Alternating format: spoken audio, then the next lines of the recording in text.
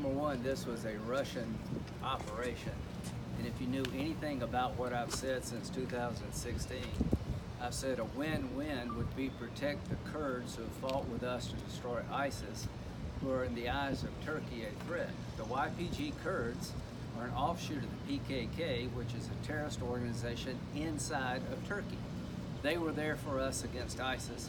I met with Erdogan 2 weeks ago and I said a win-win would be a safe zone where we would protect you against any Kurdish elements you're afraid of, and we'll have an international force with Americans protecting your border and also protecting the Kurds who fought valiantly with us, and that if you go into Syria and try to deal with this through a military operation, I will crush your economy. You will be putting the American people in a bad spot. You'll make us abandon somebody who helped us to destroy ISIS, and you really did a lot to create ISIS by creating open flows of foreign fighters into Syria. So nothing new, nothing different. From the Turkish point of view, the YPG has been a problem. I recognize that problem, but the solution is not to invade Syria by Turkey, kill civilians and destroy the people who helped us with ISIS. So here's what you need to know. This is no hoax. I am going to do everything I can to crush Erdogan's economy and his military. I told him 3 times in personal meetings that the win-win would be creating a safe zone so we could peacefully resolve the problem. He chose to go another way. He lied to me in New York. When I met President Trump, I told him the safe zone that we've been working on seems to be working. Sunday night, this past Sunday, he calls President Trump and said, your military's lying to us about the safe zone.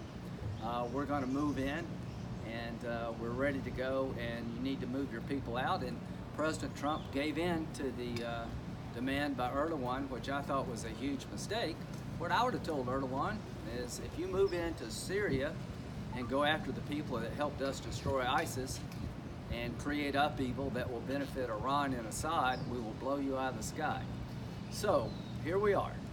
You got the Turkish military invading Syria, going after the people that help us destroy ISIS.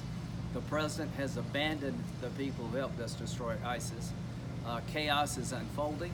And when I hear the president, we're getting out of Syria, my statement to you is, this is worse than what Obama did. When Obama left Iraq, all hell broke loose. And if you think, Mr. President, ISIS is only a threat to Europe, you really don't understand ISIS. ISIS is wanting to come after all of us, not just Europeans. Explain this to the people in Florida, where you had the ISIS-inspired attack. People in Oakland, California, the guy in New York. If you let ISIS regenerate, they will be seen as winners. People will flock to their cause. You cannot protect America from the air 7,000 miles away. I'm an Air Force guy, but everybody in the Air Force knows that if you want to destroy the enemy, you have to go where the enemy is on the ground. And here's the good news. The people who did the fighting on the ground were the Kurds and the Arabs of the Syrian Democratic Forces. They're the ones that were abandoning. The Arabs also helped.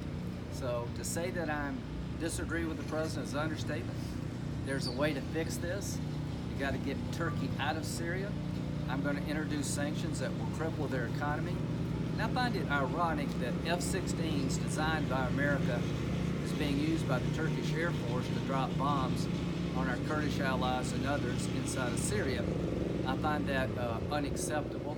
I believe there will be a huge bipartisan support for sanctions against Erdogan personally and Turkey as a nation.